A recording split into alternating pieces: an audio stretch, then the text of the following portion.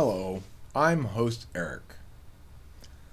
I'm the host of Talking with Famous People, and also Eric's Philosophy Talk videos.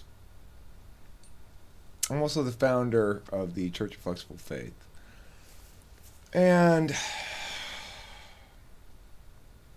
I speak to you in that capacity today. First, let me say that things are not always easy for anyone in life. That includes me. Sometimes you do something really dumb, like you leave the house to go get fast food, you forget to get more cigarettes. Other times, you face actual issues with, real life significance, such as a divorce. And if you were like me, it takes you a long time to understand how you feel about something. It requires you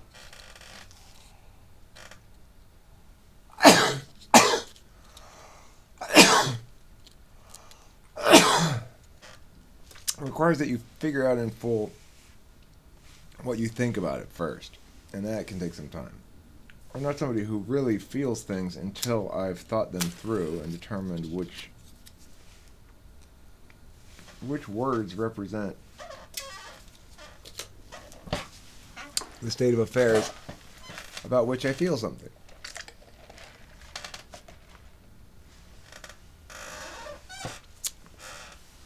So for me, what's happened the last couple of days is that I've come to feel the weight of the loss of my ex-wife more dramatically than I had previously. I think the reason for this is twofold. Number one, it's an understanding that moving on means moving on, and it means uncertainty. There are no guarantees for me.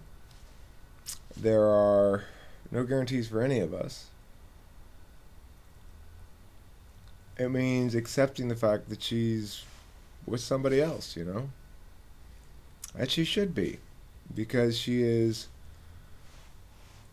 not married to me anymore. So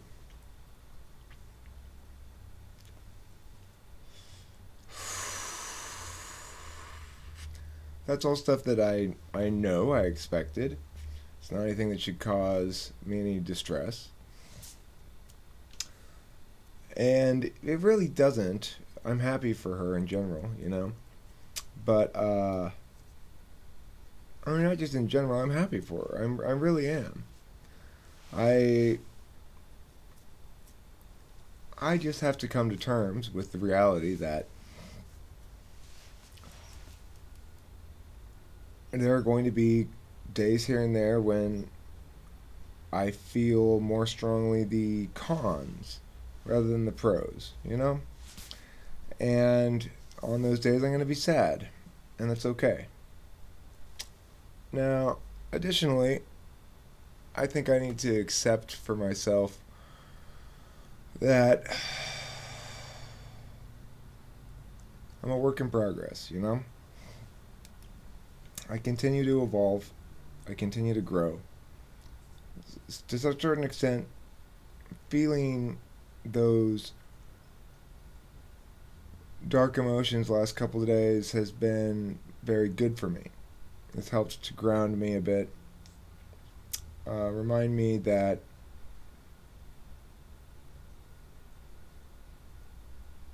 it's appealing to just throw yourself into your projects and stuff, but fundamentally, I'm a human being too, and I have human needs as well.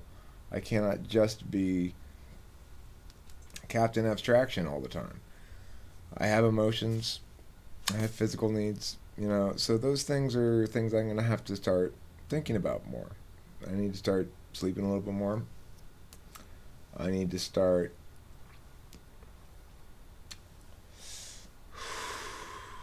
making sure I eat more regularly so that, because, when I'm hungry,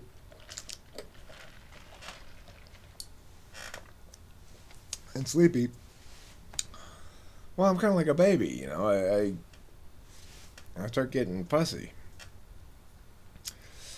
So those are things I need to attend to more regularly. And as Pastor Eric, in my capacity as the founder but not leader of the Church of Flexible Faith, in an earlier video I called myself the leader. It's a leaderless church. Anyway, in my capacity as the founder of the Church of Flexible Faith, let me tell you this. We have each moment of every day endless potentialities. Some of those moments must be filled with fear and regret and sadness and stuff like that. It's unavoidable.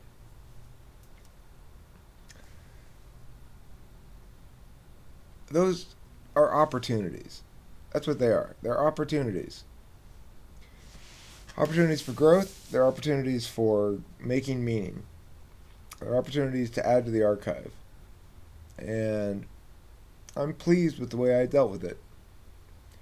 I'm pleased with the way I dealt with those couple of days of rough spiritual bereftness. Which is to say, I talked it through. For me, maybe it's a personality type thing, but for me as an ENTP, this is the critical process of processing these things is making these little videos and stuff. I have half yawned, half sneezed.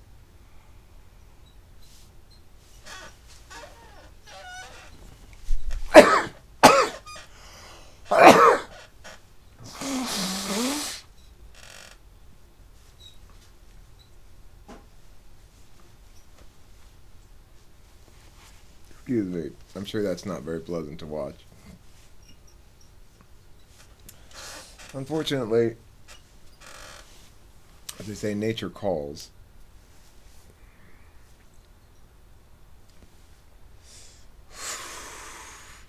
Usually when they say that, I'm talking about going urine, but I'm talking about sneezing right now. So anyway, in my capacity as Pastor Eric, I will say to anyone who seeks some solace in words, number one, you can find it there. I don't know where else you could find it, frankly. But there are a lot of reassuring narratives in the world that can provide some sense of satisfaction, some sense of direction. And number two, that's the point, right? It has to be purposeful, directionful. Otherwise, it's just suffering. So, making this video, maybe somebody out there will watch it and be suffering too and think to themselves, okay, so how am I going to view my suffering right now as an opportunity? Number three, acknowledge that some suffering has hurt that just doesn't ever go away. And it's not something that you process for the purpose of solving. It's something you process for the purpose of releasing to a certain extent, but of making useful. So if your suffering can be useful to others in some way, if you have some little tip, something terrible happened to you and you've got some little tip of, I was really broken and just destroyed today, but I tried this thing and it made me feel better. If you put that out there somewhere on a YouTube video, somebody might watch it and they might remember those words and it might help them sometime. And then you've not suffered entirely in vain. And even if you just archive it for your own purposes as part of your life experience, once it's down, You can process it into larger narratives. You can include it in positive narratives about strength, personal strength, about the capacity for redemption, about the human drive to recover and to be better than he or she was before, to be a different person, to be a better person. Why does it matter? Because ultimately, real joy and real satisfaction in life stems from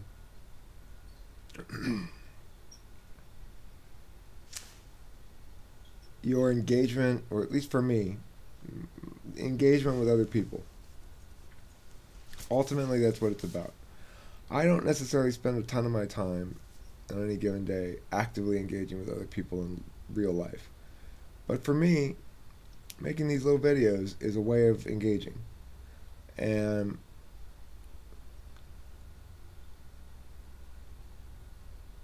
I would say that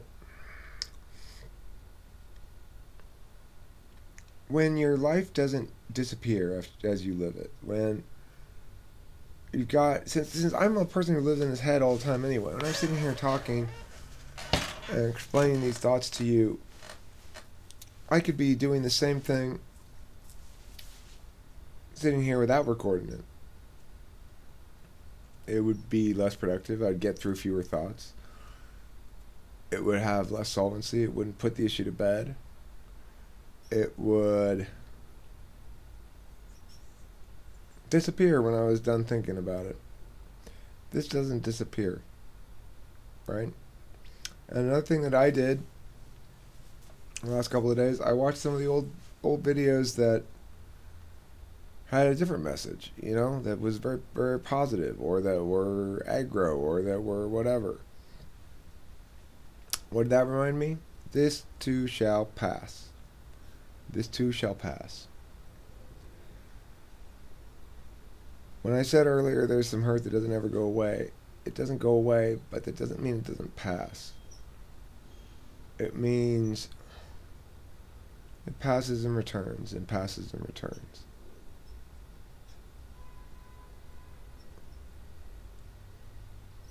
There are some things like deaths of intimate loved ones that I haven't truly experienced, but that I know one never gets over that. I know one must have to process it. And, the end of relationships is, the end of a relationship is very much like a death. It's a dramatic change in one's identity, from being one half of a partnership to being alone. It's a challenge. It has its advantages and its disadvantages. And when we feel more strongly the disadvantages, that's an opportunity for us to take action of some sort. Whether it's spiritual action, prayer, meditation, or yoga, or something like that. Or whether it's social action, reaching out to other people to communicate with and hang out with. Whether it's a long-term action, more on the sort of getting shit together to get what you want long-term.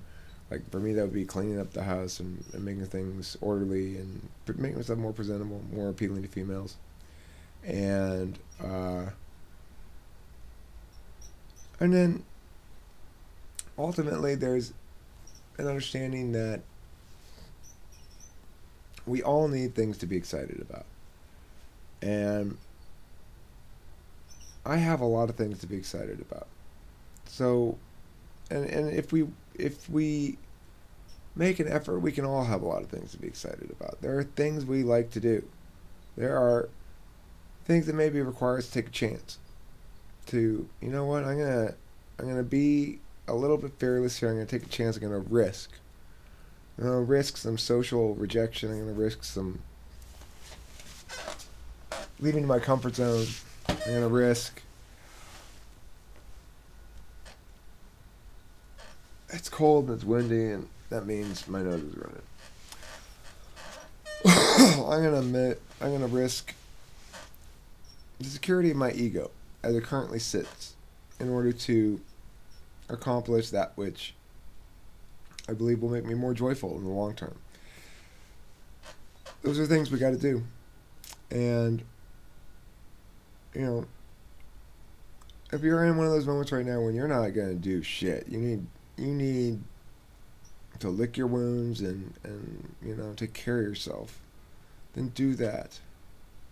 Lick your wounds and take care of yourself.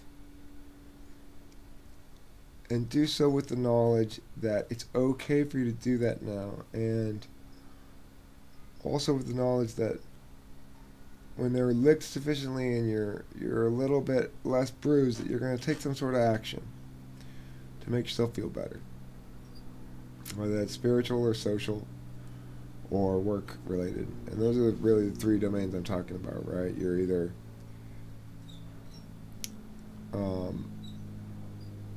handling things internally with yourself, handling things externally with people, or handling things externally with infrastructure, life architecture, so that you are on a path towards something. You're not just treading water. And that ultimately is where salvation lies. Remember, of course, the core tenet of this church is belief. Belief without proof. Faith. What do you have to have faith in? Well, that's entirely up to you, but you got to have faith in something. And you got to believe it with all your heart despite the lack of evidence. You got to understand what your purpose is, how you are making your life meaningful. And if you don't know that yet, then make that your purpose. Finding that out for now is enough. I'll tell you this, it doesn't involve doing stuff that's purely selfish. Not exclusively anyway. It doesn't involve stuff that's purely selfish exclusively. Okay, so anyway, I wish you and yours all the best. I hope you find joy in whatever it is you do. And I hope you become at your authentic self to the maximum capacity possible. And that we don't, any of us, let ourselves get bogged down in sadness and self-doubt for too long. While also understanding that if that's what you need to do right now, let yourself do that. And be okay. Take care of yourself. Alright? So I'm good to go. I'm stoked. I'm ready to rock and roll.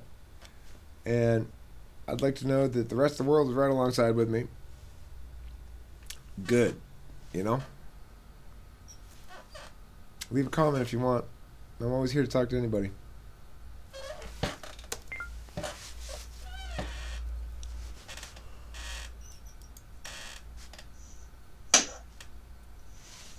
Hello, I'm host Eric.